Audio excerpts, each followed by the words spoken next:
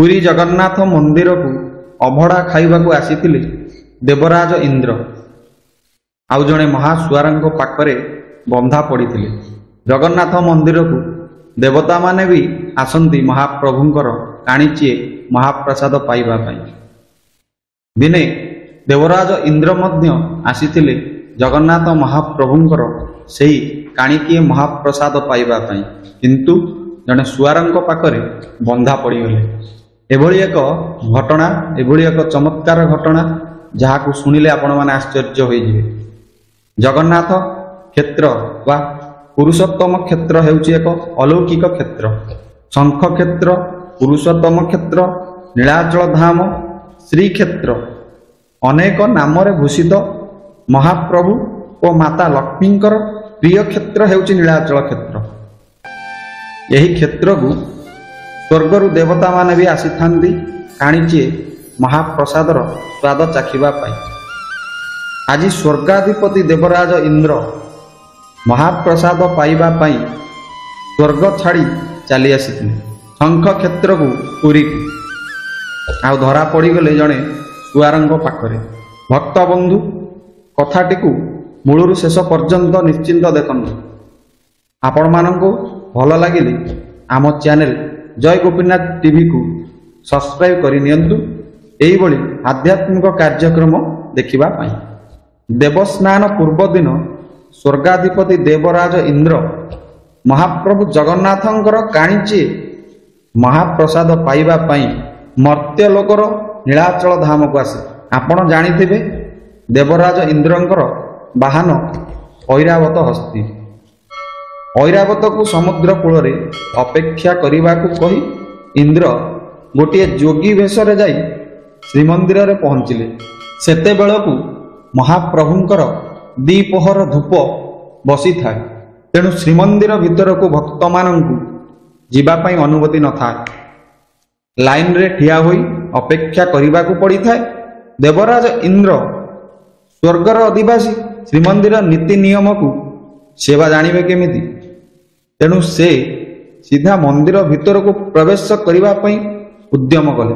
କିନ୍ତୁ ମନ୍ଦିର ଆଗରେ ଯେ ଟେମ୍ପୁଲ ପୋଲିସ ପ୍ରହରା ଦେଉଛନ୍ତି ସେ କଥା ସିଏ ଜାଣିନଥିଲେ। ଟେମ୍ପୁଲ ପୋଲିସ ଦେବରାଜ ଇନ୍ଦ୍ରଙ୍କୁ ରୋକିଦେଲେ। ଲାଇନରେ ଠିଆ ହେବାକୁ କହି ସେଠାରୁ ତଡ଼ିଦେଲେ। ଦେବରାଜ ଇନ୍ଦ୍ର ରାଗିଗଲେ, କୋପ ହୋଇଗଲେ। କାହିଁକି ନା ସେ ଦେବରାଜ ଇନ୍ଦ୍ର, ଦେବଙ୍କର ଦେବ ଇନ୍ଦ୍ର। ଜଗନ୍ନାଥ ମନ୍ଦିର ଭିତରକୁ ଯିବା ପାଇଁ ତାଙ୍କୁ କିଏ ବା ବାରଣ କରିପାରିବ? ତେଣୁ ସେ ରାଗିଗଲେ। ପୋଲିସ ଭାଇଙ୍କୁ କହିଲେ, ତୁମେ ବୋଧହୁଏ ମୋତେ ଜାଣିନ ମୁଁ କିଏ? ତୁମେ ମାନବମାନେ ମୋ ରାସ୍ତା ରୋକିବାକୁ ସାହସ କଲ କେମିତି? ମୁଁ ଇନ୍ଦ୍ର, ସ୍ୱର୍ଗାଧିପତି ଇନ୍ଦ୍ର। ଛାଡ଼ ମୋତେ, ମୁଁ ମନ୍ଦିର ଭିତରକୁ ଯିବି। ଟେମ୍ପୁଲ ପୋଲିସ କହିଲେ, ଦେଖନ୍ତୁ ମହାଶୟ, ବର୍ତ୍ତମାନ ମହାପ୍ରଭୁଙ୍କର ଦ୍ୱିପହର ଧୂପ ଚାଲିଛି। ତେଣୁ ମନ୍ଦିର ଭିତରକୁ ଭକ୍ତମାନଙ୍କୁ ଛାଡ଼ି ହେବ ନାହିଁ। ଆପଣ ସ୍ୱର୍ଗର ଇନ୍ଦ୍ର ହୁଅନ୍ତୁ କିମ୍ବା ମର୍ତ୍ତ୍ୟର ଇନ୍ଦ୍ର ହୁଅନ୍ତୁ କିମ୍ବା ଯକ୍ଷ କିନ୍ନର ଗନ୍ଧର୍ବ ହୁଅନ୍ତୁ, ବର୍ତ୍ତମାନ ମନ୍ଦିର ଭିତରକୁ ପ୍ରବେଶ ନିଷେଧ। ଆପଣ ଅପେକ୍ଷା କରନ୍ତୁ। ଦେବରାଜ ଇନ୍ଦ୍ର ଚିନ୍ତା କଲେ, ମହାପ୍ରଭୁଙ୍କର ମହାଭୋଗ ସମୟ ବର୍ତ୍ତମାନ, ତେଣୁ ଅପେକ୍ଷା କରିଯିବାଟା ଠିକ୍ ହେବ। କିନ୍ତୁ ମହାଭୋଗ ସରିଲା ପରେ ସର୍ବପ୍ରଥମେ ମୁଁ ସେ ଭୋଗ ପାଇବି, କାରଣ ମୁଁ ଦେବଲୋକର ରାଜା ଇନ୍ଦ୍ର। ଇନ୍ଦ୍ରଙ୍କ ମନରେ ଗର୍ବ ଆସିଗଲା। ଇନ୍ଦ୍ର ମନେ ମନେ ଚିନ୍ତା କରି ସେଠାରେ ଅଟକିଗଲେ। ଯଥା ସମୟରେ ଦ୍ୱିପହର ଧୂପ ସରିଲା। ଭକ୍ତମାନେ ଠେଲାପେଲା ହୋଇ ମନ୍ଦିର ଭିତରକୁ ଯାଉଥିଲେ।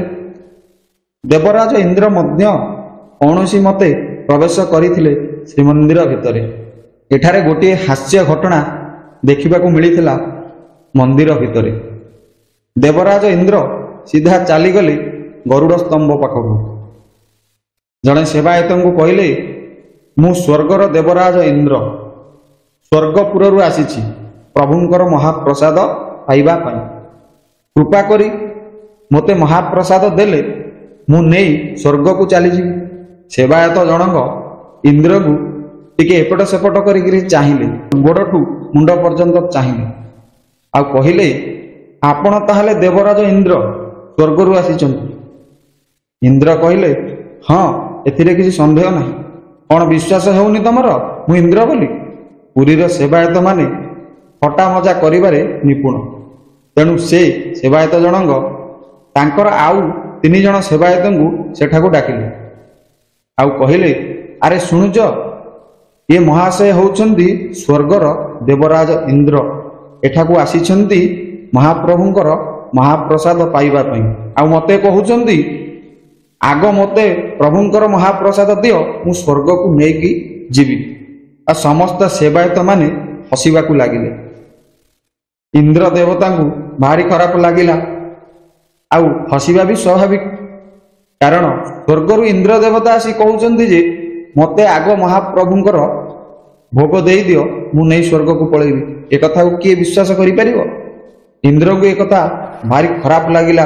ପଣ୍ଡାମାନଙ୍କର ଯେଉଁ ଗୁଲି ଗପ ଥଟ୍ଟା ମଜା, ସେ ରାଗିଗଲେ। କହିଲେ, ତୁମର ଏତେ ସାହସ? ଇନ୍ଦ୍ରଙ୍କୁ ପାଗଳାଟେ ଭାବି ସେଠାରୁ ଧକ୍କା ଦେଇ ତଡ଼ିଦେଲେ ସେବାୟତମାନେ। ଯା ଯା, ଆସିଲା କହିଲା ମୁଁ ସ୍ୱର୍ଗର ଇନ୍ଦ୍ର। ବିଚରା ଇନ୍ଦ୍ର ବାହାରେ ଠିଆ ହୋଇ ମହାପ୍ରଭୁଙ୍କୁ ଡାକିଲେ, ନିରୁପାୟ ହୋଇ ମହାପ୍ରଭୁଙ୍କୁ ଡାକିଲେ। ଏଠି ବା କାହାର ଆଉ ଆୟତ୍ତ ଅଛି ମନ୍ଦିର ଭିତରେ? ଇନ୍ଦ୍ର କହିଲେ, ମହାପ୍ରଭୁ, ଆପଣ ଥାଉ ଥାଉ ଆପଣଙ୍କର ଏ ସେବକମାନେ ମୋତେ ଅସମ୍ମାନ କରି ତଡ଼ିଦେଲେ, ମୋ ସହ ଥଟ୍ଟା ମଜା କଲେ। ମୁଁ କୁଆଡ଼େ ଇନ୍ଦ୍ର ନୁହେଁ, ସ୍ୱର୍ଗରୁ ଆସିନାହିଁ। ମହାପ୍ରଭୁ ସାଙ୍ଗେ ସାଙ୍ଗେ କହିଲେ, ଦେବରାଜ ଇନ୍ଦ୍ର, ଇଏ ସ୍ୱର୍ଗ ଲୋକ ନୁହେଁ, ଇଏ ହେଉଛି ମର୍ତ୍ତ୍ୟ ଲୋକ। ତୁମେ ସ୍ୱର୍ଗର ଅଧିପତି, ମର୍ତ୍ତ୍ୟର ଅଧିପତି ନୁହେଁ। ମୋ ଶ୍ରୀମନ୍ଦିରରେ ସମସ୍ତେ ସମାନ। ଦେବତା, ମାନବ, ଗନ୍ଧର୍ବ, ସାଧୁ, ସନ୍ଥ ସମସ୍ତେ ସମାନ। ତେଣୁ ଏଠାକାର ନୀତି ନିୟମକୁ ତୁମକୁ ଅନୁସରଣ କରିବାକୁ ପଡ଼ିବ। ଇନ୍ଦ୍ର କହିଲେ, ମୋତେ କ'ଣ ଆପଣଙ୍କର ମହାପ୍ରସାଦ ଟିକେ ମିଳିବନି? ପ୍ରଭୁ କହିଲେ, ଦେବେନ୍ଦ୍ର, ନିଶ୍ଚିନ୍ତ ମିଳିବ। ତୁମେ ଗୋଟେ କାମ କର, ମୋର ସେଇ ଆନନ୍ଦ ବଜାରକୁ ଯାଅ। ସେଠାରେ ମହାପ୍ରସାଦର ହାଟ ଲାଗିଛି। ସେଇଠାରୁ ମହାପ୍ରସାଦ ଯେତେ ପାର ସାଙ୍ଗରେ ନେଇଯିବ। ଦେବରାଜ ଇନ୍ଦ୍ର ଏବେ ଆନନ୍ଦ ବଜାରରେ ପହଞ୍ଚିଗଲେ।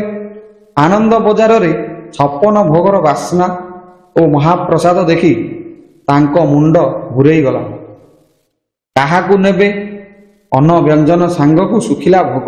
ଆଉ ନିଜକୁ ସମ୍ଭାଳି ପାରିଲେ ନାହିଁ ଦେବରାଜ ଇନ୍ଦ୍ର। କାରଣ କାଲିଠାରୁ 21 ଦିନ ପର୍ଯ୍ୟନ୍ତ ମହାପ୍ରସାଦ ମିଳିବନି ଶ୍ରୀମନ୍ଦିରରେ। କାଲିଠାରୁ ମହାପ୍ରଭୁଙ୍କ ଅଣସର ନୀତି ଆରମ୍ଭ ହୋଇଯିବ। ଦେବସ୍ନାନ ପୂର୍ଣ୍ଣିମା ହୋଇବ। ତେଣୁ ମହାପ୍ରଭୁ ଅଣସର ଘରେ ରହିବେ। ଏବେ ଇନ୍ଦ୍ର ଜଣେ ସୁଆରଙ୍କ ପାଖରେ ପହଞ୍ଚି ଗୋଟେ କୁଡ଼ିଆରେ ସବୁ ପ୍ରକାର ଭୋଗ ଦେବା ପାଇଁ କହିଲେ। ସୁଆର ଜଣଙ୍କ ସବୁ ପ୍ରକାର ଭୋଗ ଓ ମହାପ୍ରସାଦ ଗୋଟିଏ କୁଡ଼ୁଆରେ ପୁରାଇ ଇନ୍ଦ୍ର ଦେବତାଙ୍କୁ ଧରାଇ ଦେଲେ। ଇନ୍ଦ୍ର ଦେବତା ମନ ଆନନ୍ଦରେ ଧରି ଚାଲିବାକୁ ଲାଗିଲେ। ଏପଟେ ସୁଆର ଜଣଙ୍କ ଟିକେ ଅନ୍ୟମନସ୍କ ହୋଇଗଲେ। କାରଣ କାଲିଠାରୁ ଆଉ ଅଭଡ଼ା ଶ୍ରୀମନ୍ଦିର ଭିତରେ ମିଳିବ ନାହିଁ। ତେଣୁ ଭକ୍ତମାନଙ୍କର ପ୍ରବଳ ଗହଳି ହୋଇଥାଏ ସେଦିନ। ଇନ୍ଦ୍ର ଅଭଡ଼ା ଧରି ଯାଇ ସିଂହଦ୍ୱାରରେ ହୋଇଗଲେଣି। ସୁଆର ଦେଖିଲେ, ଗେରୁଆ ବସ୍ତ୍ର ପିନ୍ଧା ବାବାଜୀଟା ଏତେ ଗୁଡ଼େ ଅଭଡ଼ା ନେଇ ଚାଲିଗଲା କୁଆଡ଼େ, ଆଉ ପଇସା ବି ଦେଲାନି। ସୁଆର ଏଥର ତାଙ୍କର ଦୋକାନରେ ଆଉ ଜଣଙ୍କୁ ବସାଇ ଖୋଜିଲେ ଇନ୍ଦ୍ରଙ୍କୁ। ଗେରୁଆ ବାବା ଇନ୍ଦ୍ର ଗଲେ କୁଆଡ଼େ? ଖୋଜି ଖୋଜି ଯାଇ ସିଂହଦ୍ୱାରରେ ପହଞ୍ଚିଲେ ସୁଆର ଜଣଙ୍କ। ସେଠାରେ ଦେଖିଲେ ଗେରୁଆ ବାବାଜୀ ଜଣଙ୍କ ଧୀରେ ଧୀରେ ସ୍ୱର୍ଗଦ୍ୱାର ଆଡ଼େ ଚାଲି ଯାଉଛନ୍ତି। ସୁଆର ଜଣଙ୍କ ଯାଇ ତାଙ୍କ ଆଗରେ ବାଟ ଜଗିଲେ। ଇନ୍ଦ୍ର ପଚାରିଲେ, ମାନବ, ମୋ ବାଟ ଅବରୋଧ କାହିଁକି କଲ? ମୋତେ ଯିବାକୁ ଦିଅ। ସୁଆର କହିଲେ, ଆବେ ବେଇ ପୁଅ, ଅଭଡ଼ା ଟଙ୍କା କ'ଣ ତୋ ବାପା ଆଣି ଏଠି ଦବ? ଆବେ ଚିତା କାଟି ଠକି ଆସି ଏଠି ମାଇଲୁଣି। ମୋ ଅଭଡ଼ା ଟଙ୍କା ଦବୁ ନା ଅଭଡ଼ା ତକ ଦବୁ? ନହେଲେ ବେଇ ପୁଅକୁ ଜେଗାରେ ପୁରାଇ ବହେ ଛେଚିବି। ଇନ୍ଦ୍ର କହିଲେ, ମାନବ, ପ୍ରଭୁଙ୍କ ପ୍ରସାଦ ବଦଳରେ ଅର୍ଥ ମାଗିବା ଠିକ୍ ନୁହେଁ। ଛାଡ଼, ମୋ ବାଟ ଛାଡ଼, ମୁଁ ସ୍ୱର୍ଗକୁ ଯିବି। ସୁଆର କହିଲେ, ଦେଖ, ଟଙ୍କା ଦିଅ, ନହେଲେ ମୋ ଅଭଡ଼ା ଦିଅ, ନହେଲେ ମୁଁ ତୁମକୁ ଛାଡ଼ିବି ନାହିଁ। ଇନ୍ଦ୍ର ଓ ସୁଆର ବାଲିସାହି ଗଳି ରାସ୍ତାରେ ଭିଡ଼ା ଓଟରା ହେଲେ। ଇନ୍ଦ୍ର କହିଲେ, ମାନବ, ମୁଁ ହେଉଛି ସ୍ୱର୍ଗର ଦେବତା ଇନ୍ଦ୍ର। ମୋ ପାଖରେ ମର୍ତ୍ତ୍ୟ ଲୋକର ଟଙ୍କା କେଉଁଠୁ ଆସିବ? ଯଦି ତୁମେ ଅଭଡ଼ାର ମୂଲ୍ୟ ମାଗୁଛ, ତେବେ ମୋର ଏ ଭୂଷଣ ନେଇଯାଅ, ସୁନା ଗହଣା ରୂପା ଅଳଙ୍କାର ସବୁ ନେଇଯାଅ, ଆଉ ଏହା ବ୍ୟତୀତ ମୋ ପାଖରେ କିଛି ନାହିଁ। ସୁଆର କହିଲେ, ଯଦି ତୁମେ ପ୍ରକୃତ ଇନ୍ଦ୍ର ଦେବତା, ତେବେ ମୋତେ ତୁମ ପ୍ରକୃତ ରୂପ ଦେଖାଅ, ତାହେଲେ ମୁଁ ବିଶ୍ୱାସ କରିବି ତୁମେ ପ୍ରକୃତ ଇନ୍ଦ୍ର, ସ୍ୱର୍ଗର ଇନ୍ଦ୍ର। ଇନ୍ଦ୍ର କହିଲେ, ଠିକ୍ ଅଛି, ମୋ ସାଙ୍ଗରେ ଆସ। ଐରାବତ ସମୁଦ୍ର କୂଳରେ ଠିଆ ହୋଇଅଛି। ଇନ୍ଦ୍ରଙ୍କ ପଛେ ପଛେ ସୁଆର ଗଲେ। ସମୁଦ୍ର କୂଳର ଏକ ସୁନସାନ ଜାଗାରେ ଇନ୍ଦ୍ର ନିଜର ପ୍ରକୃତ ରୂପକୁ ଦେଖାଇଲେ। ଇନ୍ଦ୍ରଙ୍କୁ ଦେଖି ସୁଆର କହିଲେ, ପ୍ରଭୁ, ଆପଣଙ୍କୁ ମୁଁ ଆଉ ଅର୍ଥ ମାଗିବିନି, ଆପଣ ଏଥର ଯାଇପାରନ୍ତି। ଇନ୍ଦ୍ର କହିଲେ, ମାନବ, ତୁମେ ମୋ ଠାରୁ କିଛି ଦ୍ରବ୍ୟ ପାଇବାର ହକଦାର ଅଛି, ମାଗ, କ'ଣ ଦରକାର? ସୁଆର କହିଲେ, ପ୍ରଭୁ, ମୋର ଗୋଟିଏ ପ୍ରାର୍ଥନା, ଆମ ବଂଶରେ ଯିଏ ମରିଯିବେ ସେମାନେ କିପରି ଉଦ୍ଧାର ହେବେ, ସେହି ବରଟି ଦିଅନ୍ତୁ। ଇନ୍ଦ୍ର କହିଲେ, ମାନବ, ମହୋଦଧିର ଏହି ସ୍ଥାନଟି ଆଜିଠାରୁ ସ୍ୱର୍ଗଦ୍ୱାର ନାମରେ ପରିଚିତ ହେବ। ତୁମେ ଏହିଠାରେ ତୁମର ବଂଶର ଶବ ଦାହ କଲେ ସେମାନେ ସମସ୍ତେ ପାପମୁକ୍ତ ହୋଇ ମାନବ ଜନ୍ମରୁ ଉଦ୍ଧାର ପାଇବେ। ଏତିକି କହି ଇନ୍ଦ୍ର ଦେବତା ଅନ୍ତର୍ଦ୍ଧାନ ହେଲେ। ସେବେଠାରୁ ପୁରୀରେ ବାସ କରୁଥିବା ସେବାୟତମାନଙ୍କର ବଂଶଜ ସେହି ସ୍ୱର୍ଗଦ୍ୱାରର ଜାଗାରେ ପୋଡ଼ା ହେଲେ। ସେମାନଙ୍କର ଶବ ସେହିଠାରେ ହିଁ ସଂସ୍କାର କରାଗଲା। ଆଉ ସେବେଠାରୁ ସେହି ଜାଗାଟିର ନାମ ସ୍ୱର୍ଗଦ୍ୱାର ରୂପରେ ପରିଣତ ହୋଇଗଲା। ଆଜି ପର୍ଯ୍ୟନ୍ତ ସ୍ୱର୍ଗଦ୍ୱାରରେ ଅନେକ ଲକ୍ଷ ଲକ୍ଷ ଶବ ପୋଡ଼ା ସରିଲାଣି। ଆପଣମାନେ ଆଜି ଯେଉଁ ସ୍ୱର୍ଗଦ୍ୱାର ଦେଖୁଛନ୍ତି, ସେହି ସ୍ୱର୍ଗଦ୍ୱାର ଦେବାଦିଦେବ ଇନ୍ଦ୍ରଦେବଙ୍କ ଆଶୀର୍ବାଦରୁ ହୋଇଥିଲା। ଦର୍ଶକ ବନ୍ଧୁ, ଏହା ଥିଲା ଜଗନ୍ନାଥ ମନ୍ଦିର ଏବଂ ଇନ୍ଦ୍ର ଦେବତା ଏବଂ ସୁଆରଙ୍କ ଭିତରେ ଗୋଟିଏ ଜଗନ୍ନାଥ ମହିମା କାର୍ଯ୍ୟକ୍ରମ। ଆପଣମାନଙ୍କୁ ଯଦି ଭଲ ଲାଗିଥାଏ ତେବେ ଜୟ ଗୋପୀନାଥ ଟିଭିକୁ ସବସ୍କ୍ରାଇବ୍ କରି ଆମ ପରିବାର ସହିତ ଯୋଡ଼ି ହୋଇଯାଆନ୍ତୁ। ଆପଣଙ୍କ ଦିନଟି ମଙ୍ଗଳମୟ ହେବ। ଜୟ ଜଗନ୍ନାଥ, ଜୟ ଗୋପୀନାଥ।